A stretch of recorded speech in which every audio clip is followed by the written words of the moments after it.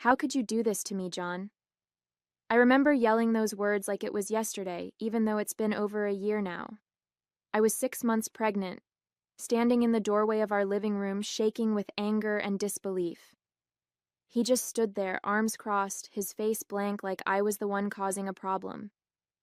That was the moment I realized everything I thought we had built together was a lie.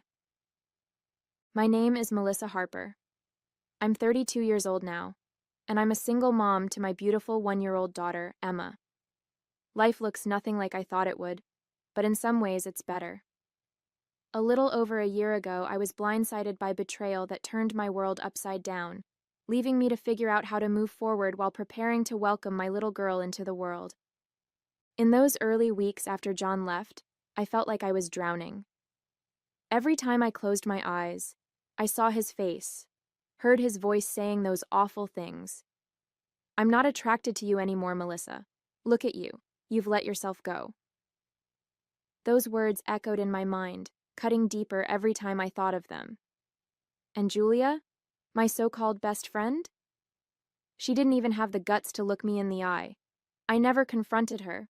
I didn't see the point. I just cut her out of my life like she never existed. I struggled through the rest of my pregnancy alone, emotionally and financially. John didn't just leave me. He abandoned Emma too. Not a single text, not a dime to help. My mom tried her best to be there for me, but I could tell it broke her heart to see me like that. I put on a brave face for everyone, but at night, when the house was quiet, I'd cry until I was too exhausted to stay awake. It all started when my friend Karen showed up at my door, her face pale and her expression uneasy. I could tell something was wrong the second I saw her. "Melissa, I need to talk to you," she said as she stepped inside. She hesitated for a moment, like she was trying to find the right words. "I saw John today, with Julia. They were coming out of a hotel together. I didn't want to believe it, but they kissed. Right there in the hallway." I felt my stomach drop. For a moment, I couldn't process what she was saying. John, my husband, and Julia, my best friend? My heart pounded as the shock turned to anger, and I asked Karen every question that rushed into my head. Where? When? Are you sure? But I already knew she wouldn't lie about something like this. It was as if my world had tilted on its axis, and I couldn't find my footing. I still asked, "What do you mean? A hotel? Why would you be in a hotel? Are you sure? This is a serious accusation." My voice trembled as I spoke, hoping for some kind of explanation that would make it all go away. Karen nodded solemnly, her eyes full of pity and regret. "My cousins were visiting, staying at that hotel. I was on my way to their room when I saw them. Melissa, I know what I saw. They didn't see me, but they were coming out of a room together. They kissed, right there in the hallway." She paused, her voice softening. "I'm so sorry, but you needed to know." Hearing her say it again, so matter-of-factly, was like a punch to the gut. My chest tightened, and tears stung my eyes as the reality of it all began to sink in. I sat down on the couch, unable to catch my breath. My world was falling apart right there in my living room. The man I had trusted, the man I was building a family with, had been sneaking around with my best friend. And Julia? She'd been in my life for years, the person I turned to when things got tough. How could they do this to me? How could they betray me like this, especially now, when I was carrying our child? I felt a wave of emotions crash over me. Anger, humiliation, heartbreak, all tangled up in a knot I couldn't unravel. Every memory, every promise, every plan we'd made together suddenly felt like a cruel joke. I couldn't stop myself from wondering, had I been blind? Was there something I'd missed? Or was I just that easy to discard? The weight of it all pressed down on me, and for the first time in my life, I truly felt like I was breaking. That night, I waited for John to come home, my stomach in knots and my heart pounding in my chest. When I heard his car in the driveway, I felt a surge of both anger and dread. He walked in like it was any other day, setting his keys on the counter and loosening his tie. I didn't even let him get past the kitchen. How long has it been, John? I asked, my voice trembling but steady. He looked up, confused, and then his expression hardened. What are you talking about? He said, feigning ignorance. Don't play games with me, I snapped. Karen saw you, at the hotel, with Julia. Now tell me the truth. His face twisted into a scowl and he scoffed. Karen? That woman's nuts. She probably misunderstood something. Melissa, you're letting your imagination run wild. There's nothing going on. But his tone was defensive, and his refusal to meet my eyes told me all I needed to know. I clenched my fists, feeling my anger rise with every word he said. Don't you dare lie to me, John, I shouted, my voice breaking. Karen isn't nuts, and you know it.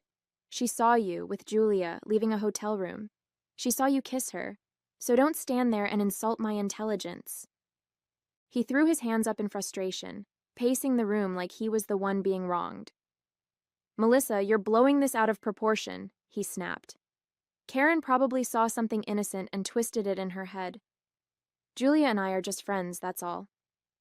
But his excuses sounded pathetic, and the more he talked, the more I could see the guilt written all over his face.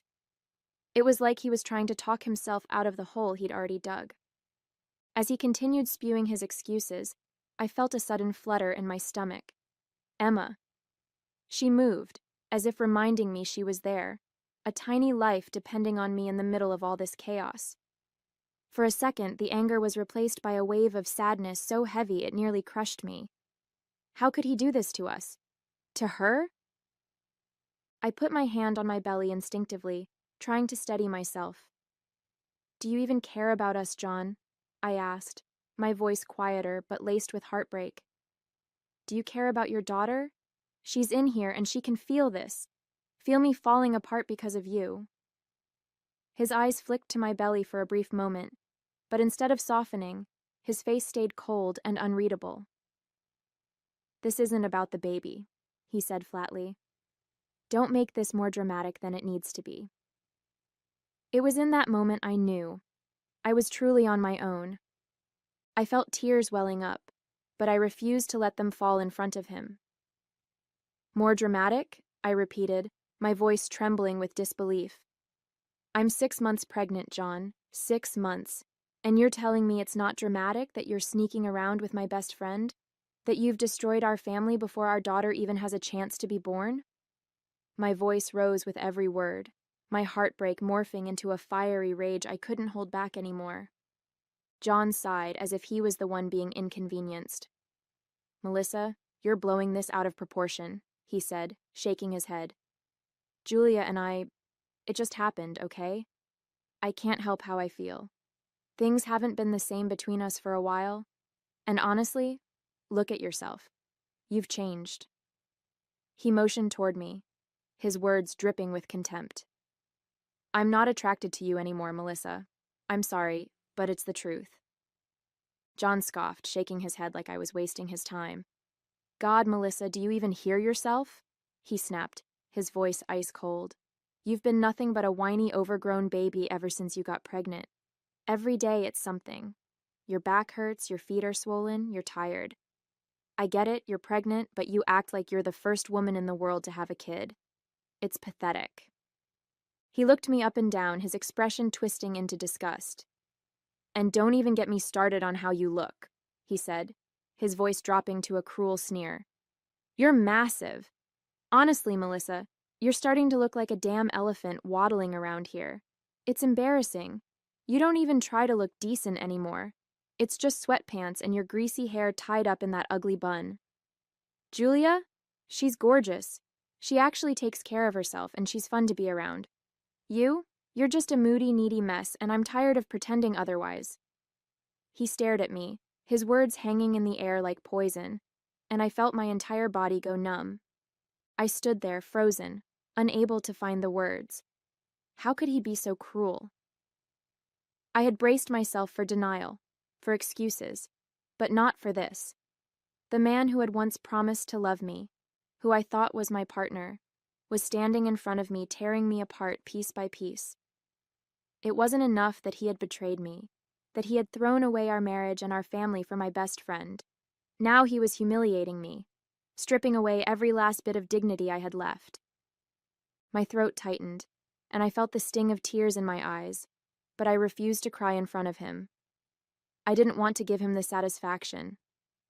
"You don't even care," I managed to choke out, my voice barely a whisper. "Not about me, not about Emma, not about anything we built together." He just shrugged, his expression cold and indifferent. "I've moved on, Melissa," he said flatly. "Maybe you should too." His words hit me like a slap, and I realized in that moment that the man I once loved didn't exist anymore. The next day, I packed whatever I could fit into a few suitcases and left. I couldn't stay in that house, surrounded by memories of a life that no longer existed. Every corner reminded me of him, of us, and it felt like the walls were closing in on me. My mom had offered weeks ago for me to stay with her if I needed support during the pregnancy, and now I had no choice but to take her up on it. When I arrived at her house, she was waiting at the door, her arms open and her face full of worry. "Oh, sweetheart," she said softly, pulling me into a hug.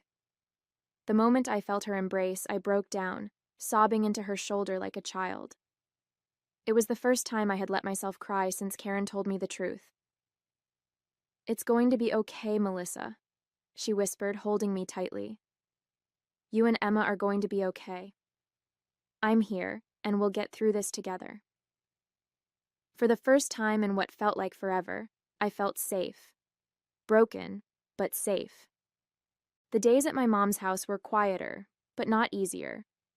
She did her best to cheer me up, cooking my favorite meals, sitting with me in the evenings, talking about everything but John. But the silence was deafening when she wasn't around. I spent hours staring at the nursery items I had brought with me, folding and refolding Emma's tiny clothes, wondering how I was going to do this alone. Every now and then, I'd catch myself picking up my phone, tempted to call John, to scream at him, to demand how he could walk away from us so easily. But I stopped myself every time. What was the point? He made it clear who he was, what he cared about, and it wasn't me or his daughter. Instead, I put all my focus on Emma, reminding myself that she was the reason I had to stay strong. For her, I couldn't let him destroy me. After a few weeks, it was like John had vanished from my life entirely. No calls, no texts, no questions about the baby, nothing. It was as if he had erased us from his world, like we had never existed to him. At first, I checked my phone obsessively, half hoping, half dreading that he might reach out, but there was nothing. Eventually, I stopped checking. I told myself it was better this way. No reminders, no lingering false hopes, just silence. It was strange, though. The man who had been such a constant presence in my life for years now felt like a ghost. When I moved into my mom's house, I packed away every photo of him, every trace of him from my old life, and tucked them into a box I shoved into the back of the closet. Sometimes I'd catch myself thinking about him, not in longing, but in disbelief. How could someone just disappear from their own child's life before it had even begun? It was like John had never existed, but his absence was loud and it echoed in every moment I was left to face alone. Months passed, each one harder than the last. Pregnancy wasn't kind to me. I was constantly exhausted, and the stress of doing everything alone weighed heavily on me. My mom was a lifesaver, but there were still nights when I cried myself to sleep, wondering how I ended up here. The idea of bringing Emma into the world without her father, without the life I had envisioned for her, filled me with guilt. But every time I felt her move, it reminded me that she was my reason to keep going. She was the only good thing to come out of this mess. When Emma finally arrived, she was perfect. I'll never forget the moment I held her for the first time. Her tiny fingers wrapped around mine, and I felt this overwhelming wave of love wash over me. For the first time in months, I didn't feel broken. I felt whole. It didn't matter that John wasn't there. It didn't matter that he had chosen to walk away. In that moment, all that mattered was Emma, and she was mine. My beautiful, precious little girl.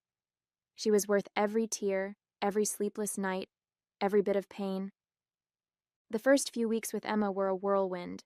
Between the late-night feedings and figuring out how to be a mom, I barely had time to think about anything else. She had the most beautiful eyes, big and bright, full of wonder, and when she looked at me, it felt like everything was going to be okay. My mom helped a lot, but I made sure to do as much as I could on my own. I wanted to prove to myself, and maybe even to John, though he was long gone, that I could do this without him. Still, there were moments when the loneliness crept in.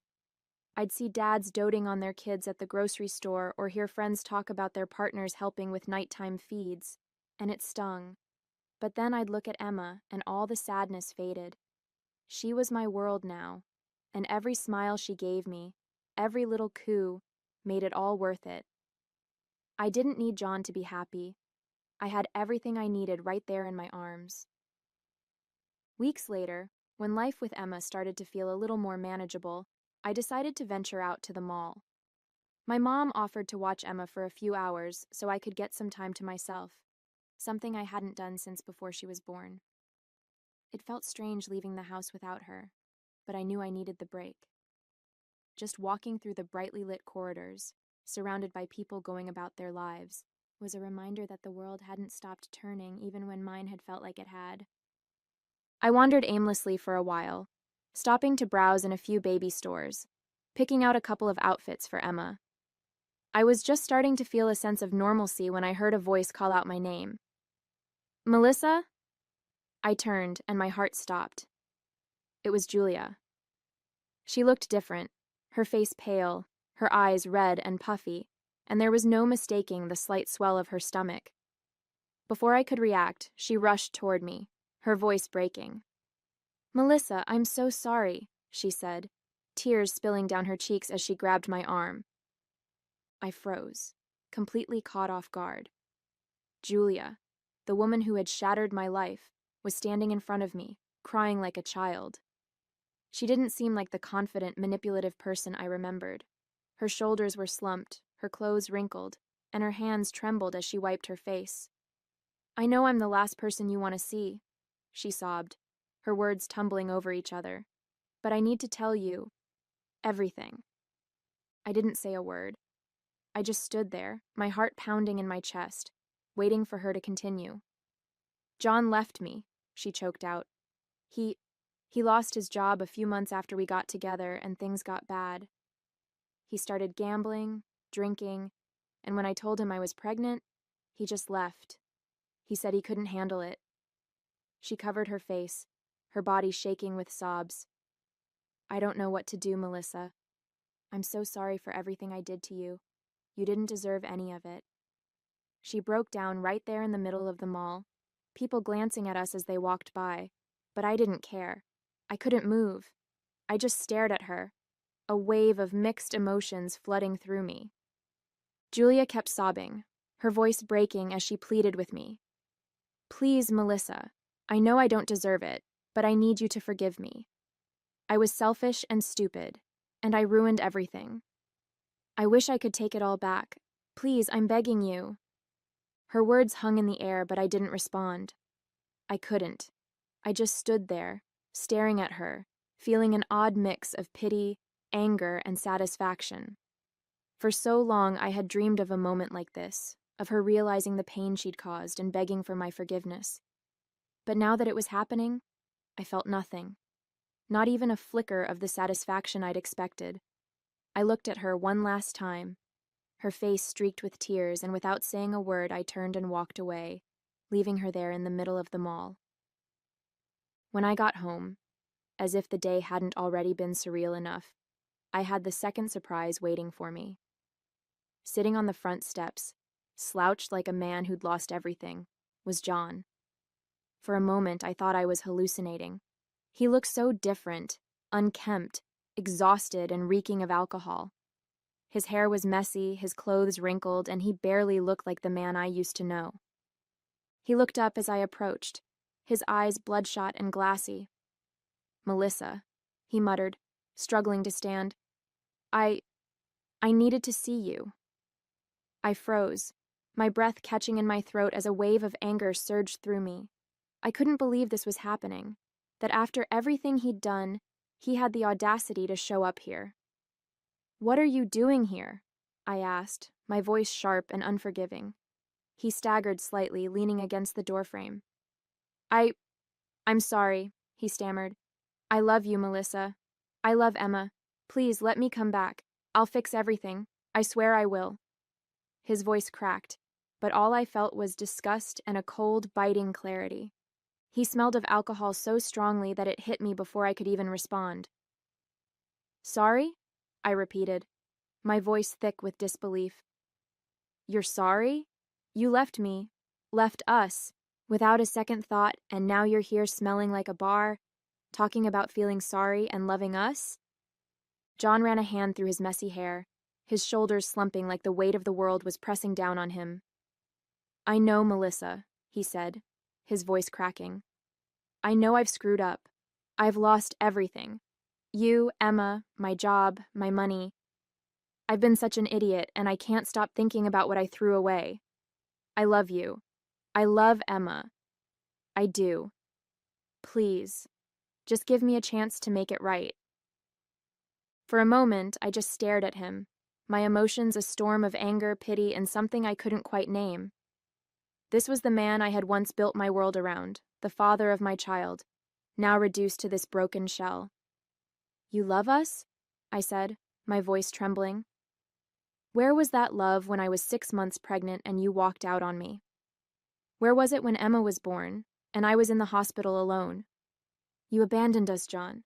You don't get to show up now and play the victim." He staggered slightly, holding onto the doorframe for support. "I know," he whispered, tears welling up in his bloodshot eyes. "I know I don't deserve anything from you. But I've changed, Melissa. I can change. Please, just let me be a part of Emma's life. I'll do anything." I felt a lump rise in my throat as I watched him fall apart. A part of me wanted to believe him, to reach out and offer some kind of comfort to the man I had once loved so deeply. But the memory of all the pain he'd caused, all the nights I cried myself to sleep wondering how I would do this alone, kept me grounded. "No, John," I said finally, my voice steady but heavy with emotion. "You're not part of my life anymore. Emma and we're better off without you. You made your choice, and now you have to live with it." He broke down, his sobs quiet, but heart-wrenching, and for a brief moment, I felt sorry for him. But I knew I had to stay strong, for myself and for Emma. Without another word, I stepped past him, unlocked the door, and closed it behind me, leaving him outside in the dark. Inside, I leaned against the door, the weight of the day finally hitting me. In one day, both people who had nearly destroyed my life, John and Julia, had shown up, broken and ruined by their own choices. I didn't have to lift a finger for it to happen. They had done it to themselves, consumed by the same selfishness and deceit that had shattered my world over a year ago. I thought back to everything I'd been through, the betrayal, the heartbreak, the sleepless nights wondering how I would raise Emma on my own. Through it all, I had lived my life with dignity, focusing on my daughter and rebuilding my own sense of worth. And now, here I was, standing tall, while the people who once tore me down were left to face the wreckage of their actions. I climbed the stairs quietly and peeked into Emma's room. She was fast asleep, her tiny face peaceful and perfect in the soft glow of the nightlight. I leaned down and kissed her forehead, feeling a surge of gratitude and love. This was my life now, and it was going to be beautiful. Hey there! Did you like the story? If you did, don't forget to hit the like button and subscribe to the channel. It helps us a lot and makes sure you won't miss out on more great stories we share here. Thank you for watching, and we'll see you in the next one.